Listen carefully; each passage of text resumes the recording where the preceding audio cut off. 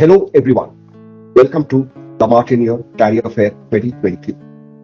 Today, we will be discussing the technical details of a career in data science.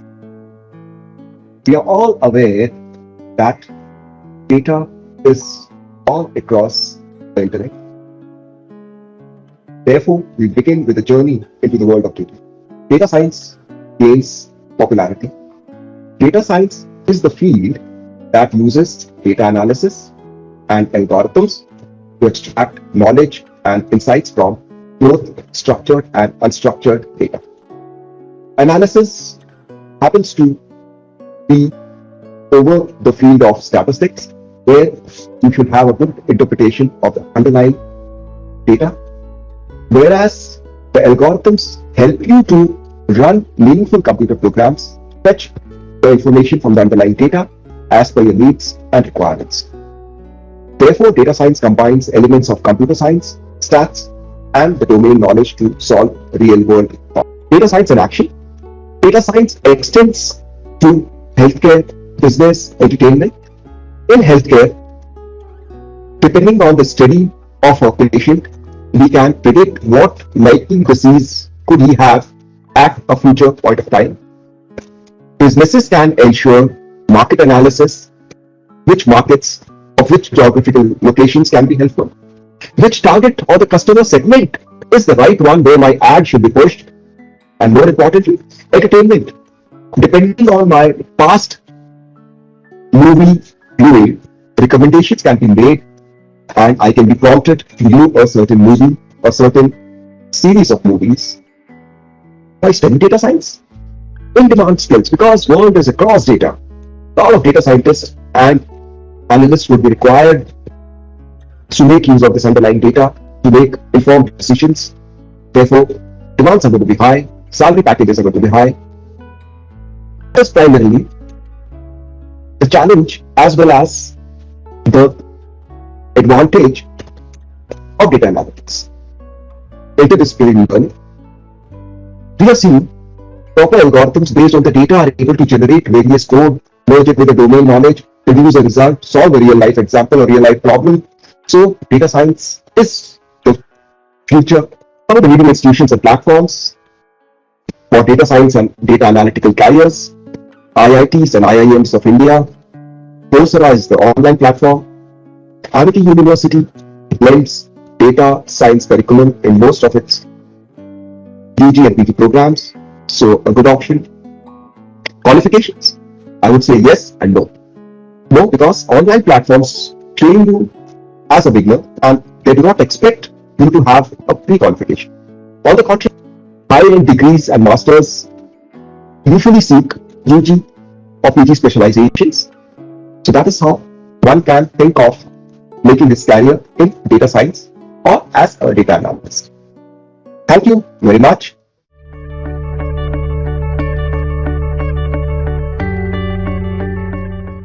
Greetings everyone, welcome to the season 3 of Martiniere Career Cell. With us today, we have an eminent personality in the field of data science, Mr. Pranjal Pathak. Sir is a graduate from Indian Institute of Technology, Kanpur and has his Masters of Science from Case Western University in United States of America. He is also an alumnus of the prestigious Indian School of Business, ISB, Hyderabad, as a part of which he attended the Tsinghua University School of Economics and Management at Beijing. He has worked and studied in technology companies and startups in the United States, United Kingdom, China and India, and currently works on the impact of information and technology on behavior, for which he draws on his expertise in addressing challenges linked to marketing, communications, leadership and technology in multiple controlled environments. It is our privilege to have you here with us, sir. Greetings everyone, welcome to the season 3 of Martiniere Career Fair. With us today, we have an eminent personality in the field of data science, Mr. Pranjal Pathak. Thank you, sir. It's nice to be speaking with you again. Thank you, Roman. So the first question that I'd like to ask you is to understand what led you to pursue a career in data science. When I was in my undergraduate, data was already big by then. However, it hadn't quite reached the scale and the massive pervasiveness that it has reached now. A few years, and I'm an engineer, and a few years into my engineering work, I realized that it's an important skill to have, and we could see 20, 25, 30 years ago in terms of how things are headed, where data is going to become extremely important in order to understand aspects of human life and aspects of engineering, aspects of healthcare that are not immediately evident to us when we look at things. Because a couple of things were happening. One was the ability to process data was becoming extremely rapid, and the ability to process the large amounts of data was also increasing at a rapid rate. So both of these changes that were happening in the environment made it attractive for me to get into this field. Thank you, sir.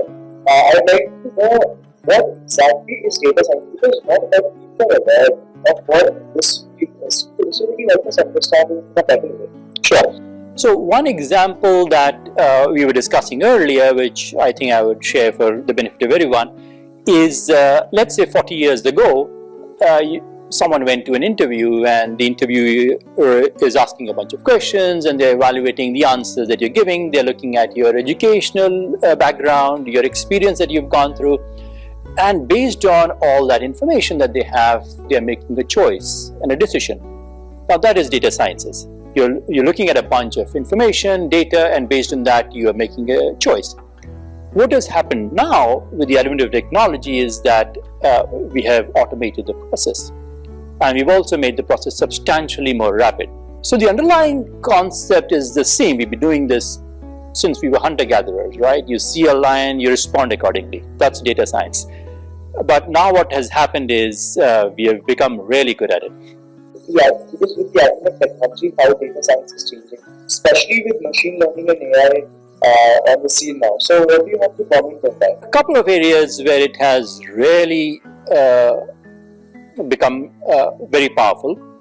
One is that we are making data more reliable, right?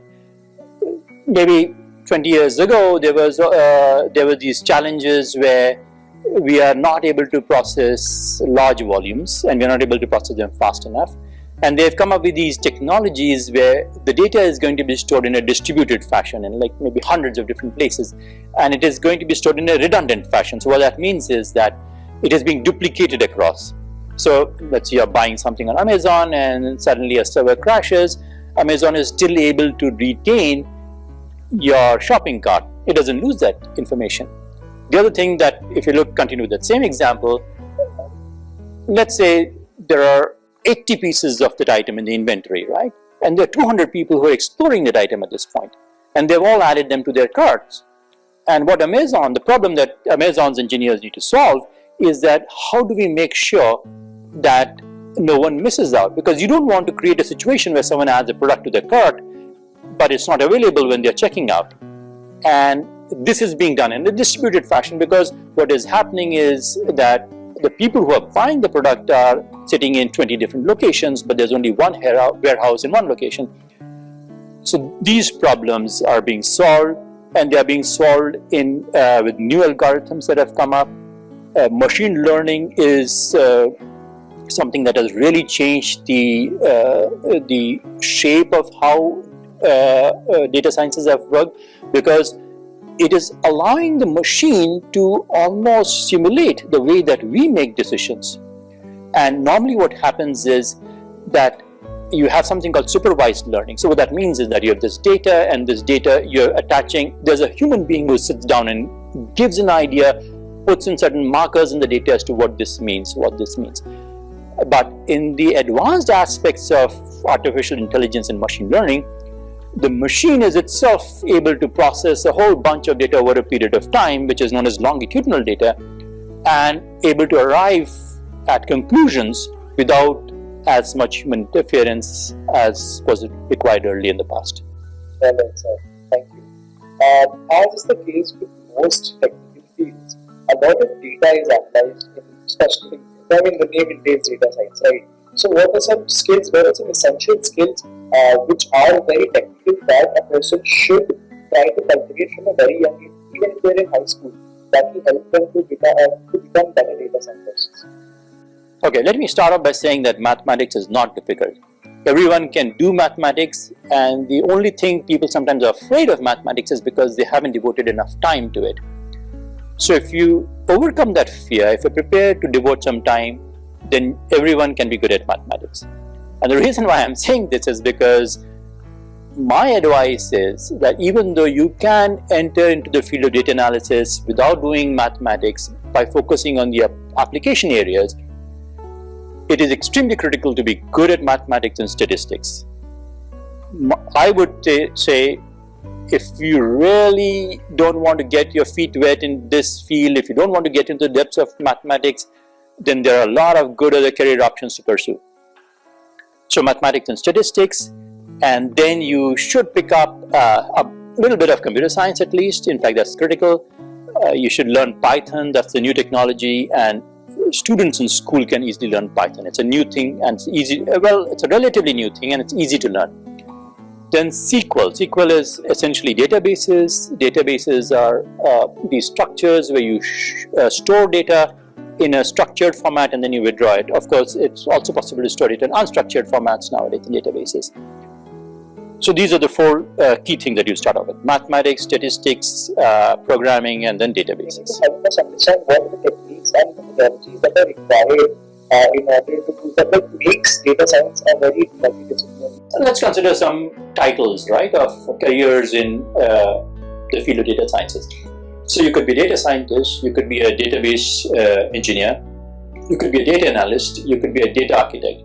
Now, on the surface of it, to a layman, it might seem that all of these are exactly the same. However, these guys require different skill sets, different knowledges, and they're using different technologies in order to do their daily work. So a data scientist is more focused on the science behind it, the underlying algorithms that go behind this. A data analyst may not even worry too much as to how the data is being processed, but they might just look at some visualization tools, and based on those visualization tools, they might be able to arrive at some conclusion. So I'll take this time to give you an example. So you could have a cricketer, a very good cricketer who has never done any mathematics, and what they're doing is they are looking at all this information that is being told to them about players, right? So there's a player who tends to play a lot on the offside, who is weak at hooking, who maybe can't play bouncers too well, who tends to play on the front foot. Now you've collected all this data over a period of maybe 50 matches, 60 matches, and then what the coaching staff does is they guide their players that this is how you should reduce the impact of this particular player on the field.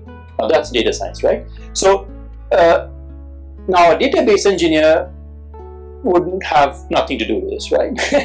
So he would be looking at SQL, he'd be looking at databases, he'd be writing code and software, he'd be figuring out how do you extract information from there.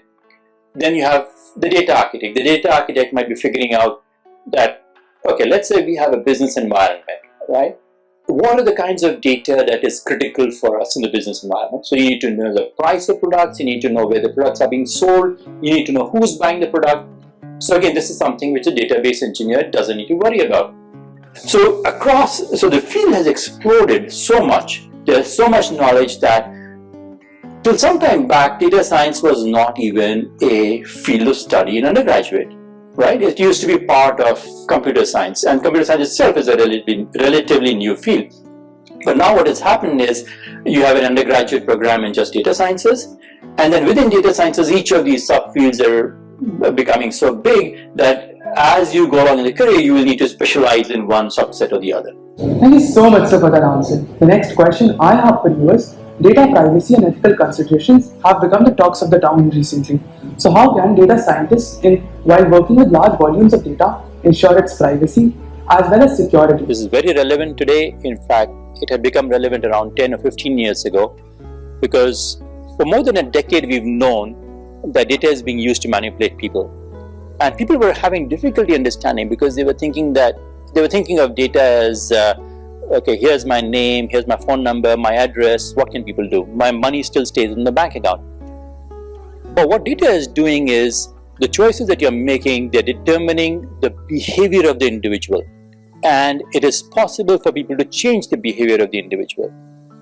Facebook can influence people to buy a particular product. and there's huge amounts of money which is involved. That's why Facebook, which is a free product, is such a huge company, and they're making so much money. The shares are so expensive. So privacy is critical. It is extremely important for people who work in this field to operate with a sense of integrity, and here with integrity I do mean honesty. Honesty pays in the long run.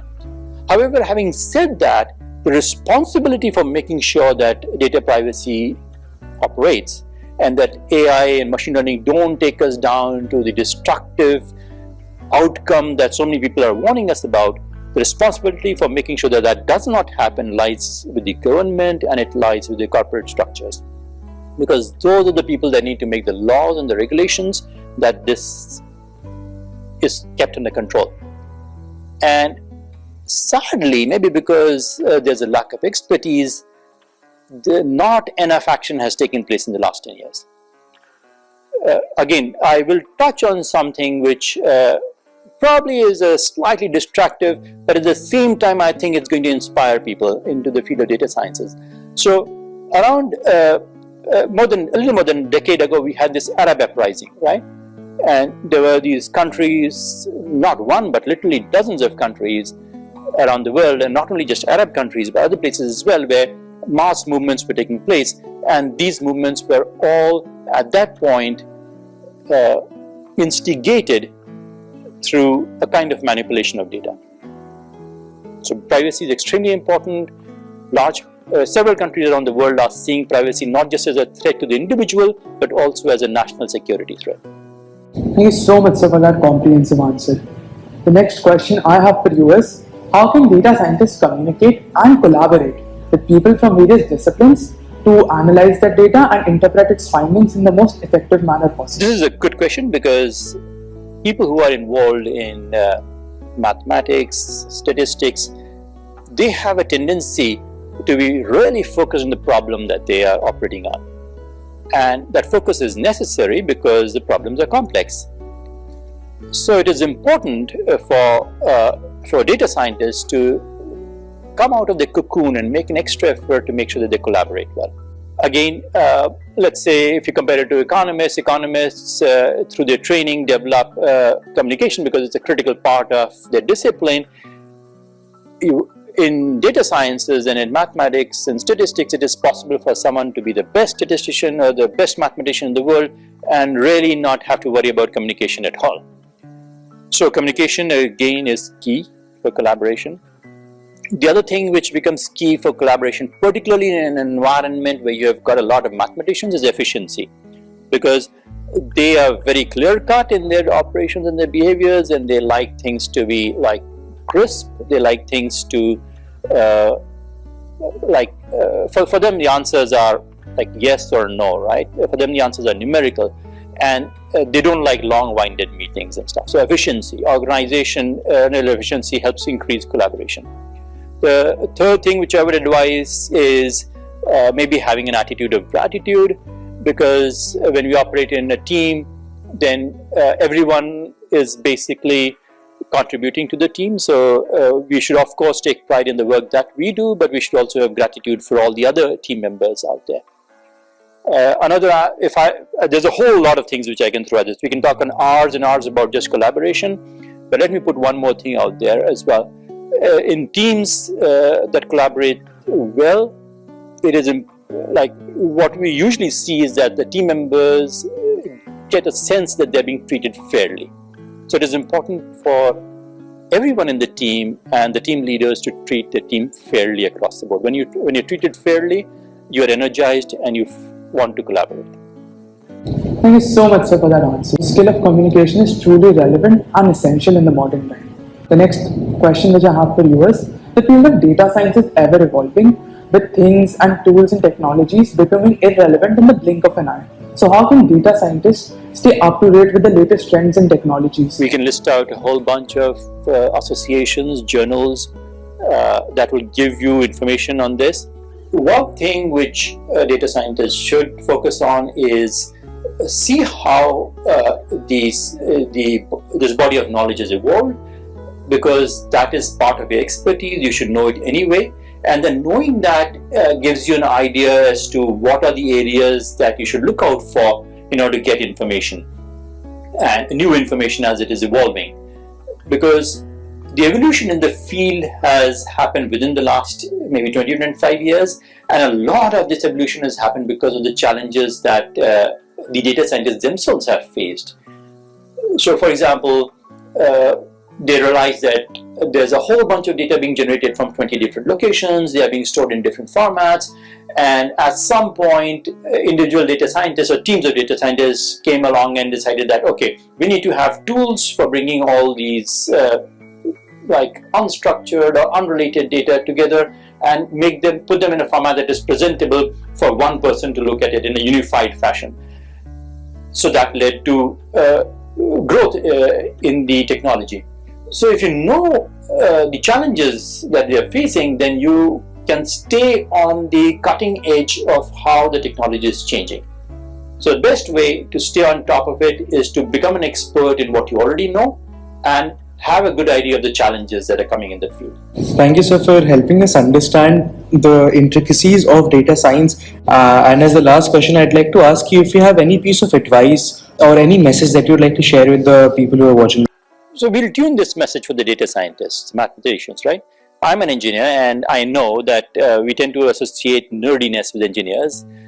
No one needs to be nerdy. One of the reasons why we engineers tend to be nerdy is because we are focused on difficult problems, and it takes up so much of our mental bandwidth that we don't devote time to other things. So as an engineer, raise your head up, look around, devote time to interpersonal skills, devote time to social skills, and also raise your head up and see what the other people in the field are doing, because it is very easy in this field to get so thoroughly engrossed in the specific technological problem that you're solving that you may miss what is going on in the rest of the world. So don't miss that. Raise your head up.